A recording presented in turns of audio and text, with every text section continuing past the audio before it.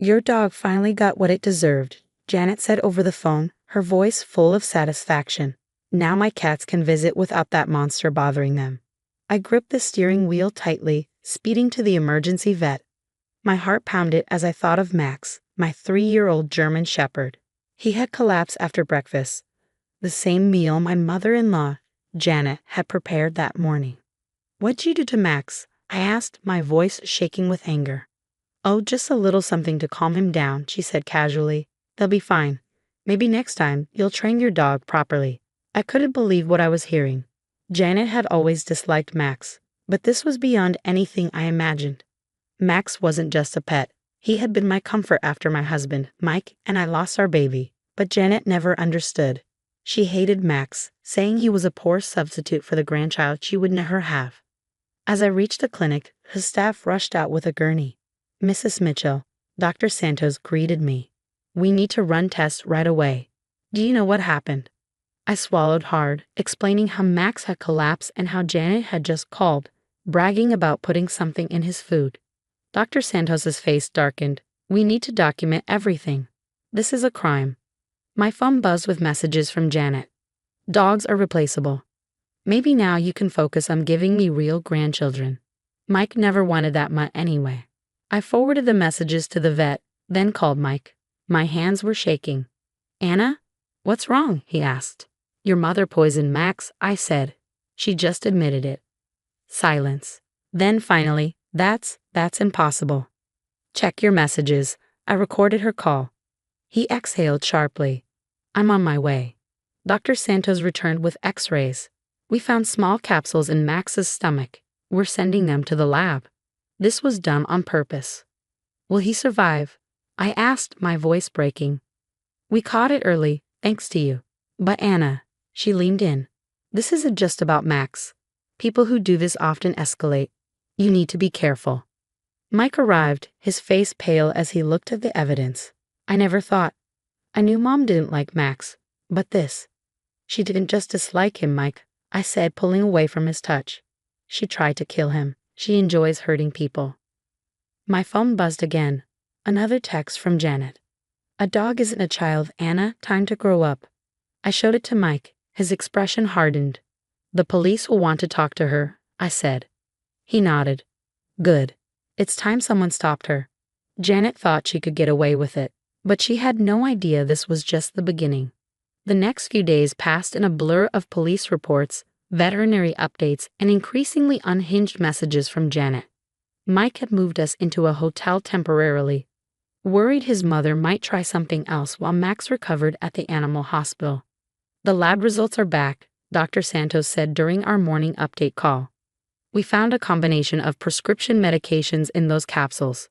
Some were pet medications, but others," she paused significantly, "others were human prescription drugs. Very specific ones." I sat up straighter. "What does that mean?" "It means your mother-in-law didn't just use random poison. These were carefully selected medications, some of which require special authorization to obtain. We've shared the findings with the police, and they're particularly interested in how she accessed these drugs." The implications hit me like a truck. Janet worked as a receptionist at a medical clinic. Had she been stealing medications? The thought made me sick. Mike was meeting with a detective when I arrived at the animal hospital to visit Max. My normally energetic shepherd was still weak, but his tail wagged when he saw me. Dr. Santos had said he was lucky. If I hadn't noticed his symptoms so quickly, the outcome could have been devastating. "Mrs. Mitchell," Detective Parker greeted me, his notebook open. "We've made some interesting discoveries. Your mother-in-law's employer has been very cooperative." Mike looked up, his face grim. "They've been missing medications for months, Anna. Small amounts, nothing obvious. But when they checked the logs against the lab results." Janet had access to everything found in Max's system, Detective Parker confirmed. "We've obtained security footage showing her accessing the medication storage area outside of normal business hours."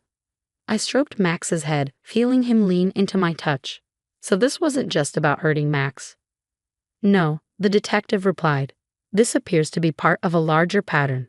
We found evidence of other potential incidents. Your mother-in-law may have been experimenting with these medications for some time.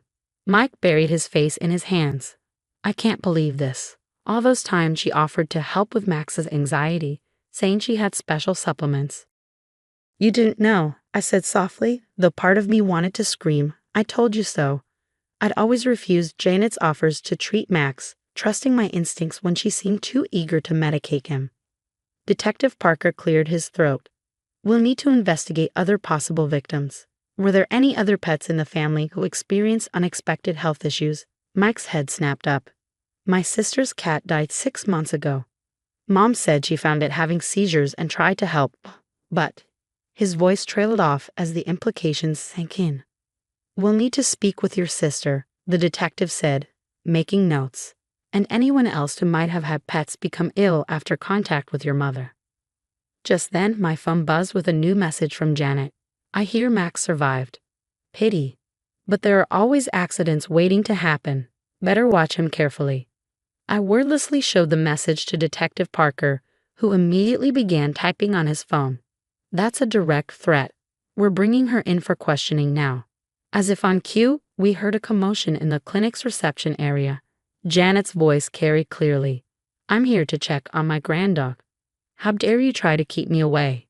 Mike moved to block the door while Detective Parker stepped out. I held Max close, feeling him tremble as Janet's voice grew louder. This is ridiculous. I was trying to help. That dog is a menace. He needed to be dealt with. Anna's turned him against me, just like she turned Mike against me. The detective's voice was calm but firm. Mrs. Harrison, you're under arrest for animal cruelty, theft of prescription medications, and making criminal threats. You have the right to remain silent. This is absurd, Mike. Tell them. Tell them how that dog ruined everything. Tell them how Anna chose a dog over giving me grandchildren. Mike stepped into the hallway, his voice stronger than I'd ever heard it. The only thing ruining this family is you, Mom. And it stops now. I heard Janet's outraged scream, followed by the sound of handcuffs clicking into place. Detective Parker's partner led her away, still shouting accusations and threats. Dr. Santos entered a few minutes later, looking shaken but determined. Well, that was dramatic. But I have good news. Max's latest tests show significant improvement. We should be able to send him home in a few days, with some precautions, of course. Mike returned to the room, his face a mix of relief and grief. Anna, I don't know what to say. All these years, I didn't want to see what was right in front of me. Mom wasn't just difficult or overprotective. She was dangerous. I reached for his hand, and this time I didn't pull away when he took it. We're going to need to make some changes, I said quietly. Real changes, not just temporary ones. He nodded, reaching out to pat Max with his free hand. I know, and I'm ready. No more excuses, no more trying to keep the peace. Mom needs help, professional help, and we need to protect our family. I looked at our dog, still weak but fighting to recover, and thought about how close we'd come to losing him. Janet's action hadn't just threatened Max. They'd revealed a darkness that had been poisoning our family for years. But as I watched Mike gently comfort our dog, I realized something had shifted. Sometimes it takes a crisis to open our eyes to the truth. Janet's attempt to destroy what she saw as a threat had instead destroyed her own power over our family. The detective's words lingered in my mind. This wasn't over yet. They were investigating other potential victims, and Janet's threats suggested she wasn't done. But for the first time in years, I felt like we were finally facing the problem together instead of letting it tear us apart. The months following Janet's arrest brought changes I never expected. The investigation uncovered a disturbing pattern. 3 other pets in the neighborhood had died under suspicious circumstances, all after Janet had helped watch them. Mike's sister Amy was devastated to learn her cat's death wasn't an accident, but her testimony proved crucial in building the case against their mother. The DA is offering a plea deal, Detective Parker informed us during a follow-up meeting. Given the evidence and the multiple victims, Janet's looking at serious charges. The clinic is also pressing charges for theft of controlled substances. Max had made a full recovery, though he remained wary of strangers near his food. We'd installed security cameras around the house and implemented strict protocols about who could access our home. The experience had left its mark on all of us.